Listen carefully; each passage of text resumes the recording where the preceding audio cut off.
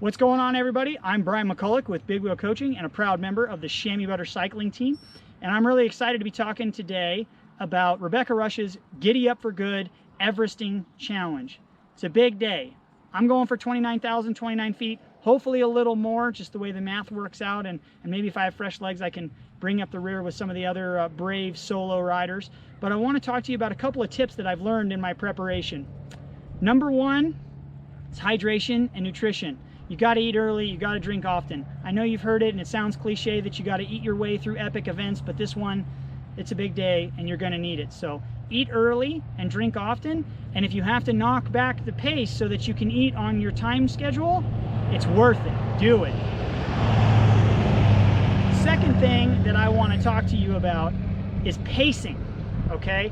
Pacing. You're going to feel great in the first 1, 2, 3, 4 hours. Okay, but you might not be feeling so good at 5, 6, and beyond. So something I want you to think about is riding at the pace that you're going to be riding at the end of the day.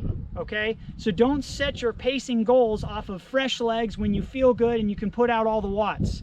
I want you to think about how it's going to feel when you don't have any watts, because that's when you need to persevere to make sure you hit your goal, whether that's 10,000 feet, whether that's 15, 20, or even 29,029. Okay, so in regards to pacing, another thing to keep in mind is gearing.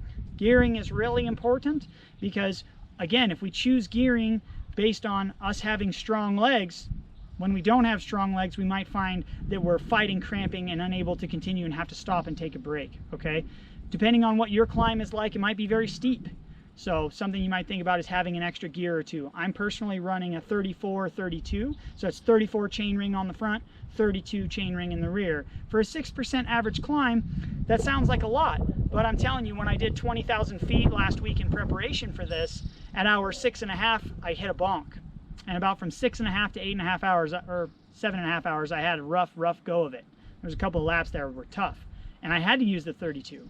And it was worth it because I could continue moving. Because the first rule of epic events, especially something like this, is you don't have to move fast, but you do have to keep moving. So keep in mind that having a little extra gear can get you out of a bad situation. The other thing I want you to think about is what you're doing for a climb. What segment are you choosing? Okay, steeper is in theory better because you get more footage, but flat, that's not going to work. So you want to find something that's moderate, that you can get up, maintain a good pace, and you can feel strong at 6, 7, 8, 9, 10 hours into your day. Again, you might only be doing 10,000 feet, but I can assure you if it's epic, you're still going to be feeling tired at the end of the day. So keep that in mind, that the segment isn't all about the super steep stuff, right? We want to be able to set a nice pace and go up it. So don't push yourself too hard.